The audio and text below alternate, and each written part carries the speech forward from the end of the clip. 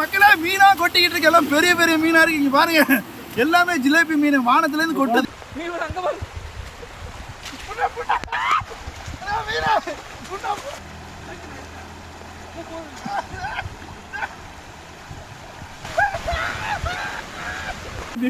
எல்லாமே பெரிய பெரிய மீன் பாருங்க, உயிரோட இருக்கு.